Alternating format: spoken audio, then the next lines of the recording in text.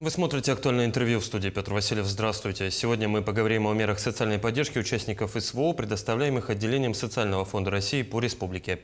В частности, участники спецоперации смогут проходить санаторно-курортное лечение и реабилитацию в специализированных центрах, находящихся в подчинении Социального фонда страны.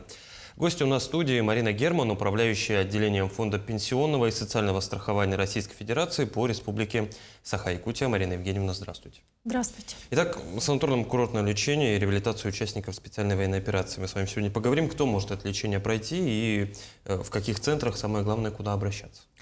Сегодня меры социальной поддержки в виде санаторно-курортного лечения, реабилитации для участников специальной военной операции, они выходят уже на более высокий уровень. Государство выделяет сегодня достаточно средств для того, чтобы провести качественное лечение и реабилитацию. И вот бесплатная реабилитация, санаторно-курортное лечение – это одна из эффективных форм поправить здоровье наших ветеранов специальной военной операции. Начиная с 2025 года, с 1 января 2025 года, есть такая возможность осуществить санаторно-курортное лечение и реабилитацию в центрах реабилитации Социального фонда России. Таких у фонда центров реабилитации 12, и вот как раз есть такая возможность поправить здоровье. Кто может, да, ваш вопрос, кто может, это ветераны боевых действий, которые принимали участие в специальной военной операции и завершившие правоотношения с силовыми ведомствами. То есть они уволенные, да, из рядов воинской службы, да, демобилизованные, и вот они имеют право на бесплатное санаторно-курортное лечение и на реабилитацию. То есть не только участники специальной военной операции с инвалидностью, правильно понимаю? Да, совершенно верно. Это могут быть и участники без инвалидности. Давайте поговорим о том, какие документы требуются для оформления путевки, правильно понимаю, в санатории, раз все-таки нужна путевка. Да, совершенно верно. Значит, все клиентские службы у нас готовы сейчас принимать и работать с ветеранами специальной военной операции. Помимо заявления необходимо принести еще, если это санаторно-курортное лечение, да, а врач самостоятельно, лечащий врач в медицинском учреждении, к которому прикреплен наш ветеран, да, специальной военной операции, определяет, либо это санаторно-курортное лечение будет, либо требуется реабилитация. И вот если санаторно-курортное лечение, это значит справка 070У прикладывается к заявлению, и санаторно-курортная карта. А для реабилитации к заявлению прилагается еще, значит, медицинское направление. Марина Евгеньевна, вы сказали, что в подчинении у Социального фонда страны 12 различных учреждений. Правильно я понимаю, что участники специальной военной операции из республики могут отправиться в один из них? Где они располагаются и, самое главное, в какие сроки отправляются? Совершенно верно. Они располагаются в разных частях наших субъектов, да, большой страны. Сейчас до нас доведено госзадание, и центры реабилитации определены по территориальной близости. Пока этих центров реабилитации 5, я их назову, это Тараскуль, Тюменская область, центр реабилитации Омский, он в городе Омск, в республике Хакасия это центр реабилитации Туманный, и в Томской области Ключи. Самый отдаленный, который нам, это по нашей просьбе уже был определен санаторий, центр реабилитации, вернее, это Кристалл, который находится в Анапе, потому что есть спрос на море, он находится на берегу моря. Вот эти 5 центров реабилитации сегодня по госзаданию доведены, и республика, сейчас мы набираем в республике, значит, квота определена, практически дважды в месяц идет заезд в эти центры реабилитации, и вот сегодня заезд уже ведется на 27 февраля. Поэтому работа ведется. Марина Евгеньевна, правильно понимаю, что пребывание в центрах бесплатное? Совершенно верно. Оплата за лечение, за пребывание, за реабилитацию, за питание – это все оплачивается государством. Вот есть вопрос. Все-таки вы сказали о том, что выбраны для жителей Якутии 5 центров относительно территориально близкие. Омск, там Томские. Вот расходы на транспорт оттуда тоже как-то компенсируются, возмещаются? При предоставлении путевки или направления на реабилитацию Проезд ветеран специальной военной операции оплачивает самостоятельно, а далее уже по возвращению подает заявление на компенсацию, и все затраченные расходы будут компенсированы. Отлично. Не может не радовать. Марина Евгеньевна, давайте вернемся к программе реабилитации. Что в нее включено? Какие процедуры? Значит, все центры, которые находятся в составе социального фонда, они современные, оснащены современным оборудованием.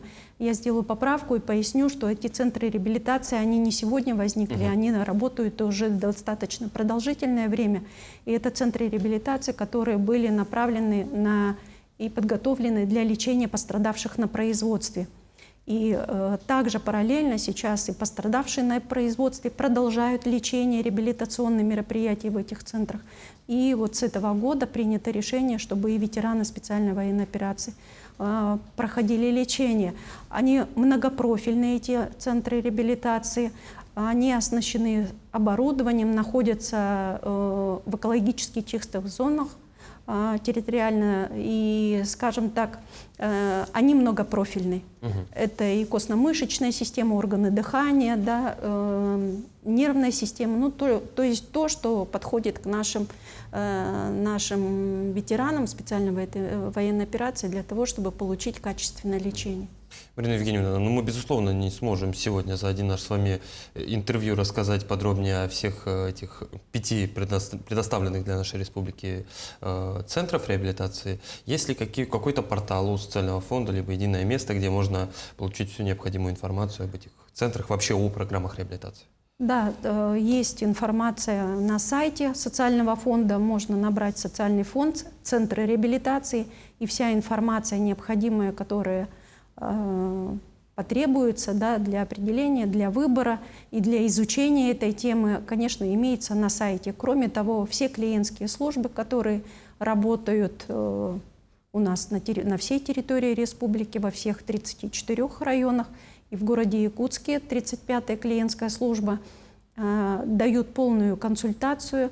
Помимо этого, все листовки направлены, да, вся информационная база по центрам реабилитации направлена во все органы власти исполнительной республики, в том числе и доведена до муниципалитетов. Марина Евгеньевна, еще хочу небольшое уточнение. Понятное дело, что для участников специальной военной операции, ветеранов, тех, кто завершил свои договорные отношения с силовыми ведомствами, путевка полностью бесплатная. Что делать, если необходим будет сопровождающий? Вот какова финансовая сторона вопроса для сопровождающего? Ну, бывают, допустим, маломобильные категории граждан. Да, значит, у нас есть определен порядок по сопровождающим. Сейчас этот порядок урегулирован на федеральном уровне, и по сопровождающим имеют право только инвалиды первой группы. Вот. Другая категория пока не определена. Ну, будем надеяться, что категория расширится. Я думаю, да. Ну и в первоочередном порядке вот как раз-таки эта категория, наши ветераны с инвалидностью первой группы, и в том числе герои России, имеют внеочередное, первоочередное право на санаторно-курортное лечение и реабилитацию. Давайте тогда поговорим о том, как оформить путевку и, самое главное, за сколько, в какие сроки укладывается. Значит, у нас имеется единая информационная система, которая централизованно уже сопровождает, да, каждого ветерана специальной военной операции. Поступает СМС-информирование, мы уже предварительный отбор делаем по СМС-информированию, что требуется подойти для подачи заявления. Заявление подается в клиентской службе, можно также подать и в МФЦ. И с 1 марта уже на портале государственных услуг будет возможность подать в электронном виде. Оформляется заявление, рассматриваются документы, порядка 1-2 дня. Выносится решение и предоставляется путевка. Я правильно понимаю, пока это только заявительный порядок оказания помощи? Совершенно верно. Или, может, в ближайшем будущем у фонда появится возможность, так скажем, проактивного принятия подобных решений? Но желание ветерана специальной военной операции обязательно учитывается, но при этом нужно еще иметь Проактивно мы можем проинформировать, а вот определять показания и противопоказания — это все-таки прерогатива лечащего врача, потому что, возможно, в этот период есть противопоказания, и невозможно будет выехать на санаторно-курортное лечение или реабилитацию. Марина Евгеньевна, я предлагаю в заключении коротко поговорить о том, какие сегодня еще существуют меры поддержки участников специальной операции, либо о тех, которые начали действовать вот с 1 января текущего года, об актуальных. У нас широкий спектр, да, чем занимается по своему направлению Безусловно. деятельности. Да, социальный фонд — это и меры социальной поддержки по обеспечению техническими средствами реабилитации в первую очередь. Это касается тех, которые получили военную травму. Сейчас в проактивном режиме ведется информирование и оформление индивидуальной программы реабилитации для того, чтобы обеспечить техническими средствами реабилитации. Ну и другие меры социальной поддержки — это и оформление удостоверения ветерана боевых действий, и дальше уже выплаты ЕДВ, ежемесячных денежных выплат, которые сопровождаются, да, по присвоению участников специальной военной операции, установление и назначение всех выплат, которые касаются героев России, членов семей военнослужащих. Там ведется сопровождение уже имеющих детей и беременных женщин, семей военнослужащих. И, конечно же, идет компенсационные выплаты у тех семей, где погибшие имеются. То есть спектр широкий. Марина Евгеньевна, ну что ж, действительно, спектр более чем широкий. Уверен, что участники специальной военной операции, те, кто заключил контракты различные, либо наоборот, те, кто завершил, оценят необходимые услуги, которые предоставляет фонд. Спасибо, что пришли к нам в студию, ответили на наши вопросы. Очень надеемся. Спасибо. Это было актуальное интервью. До встречи.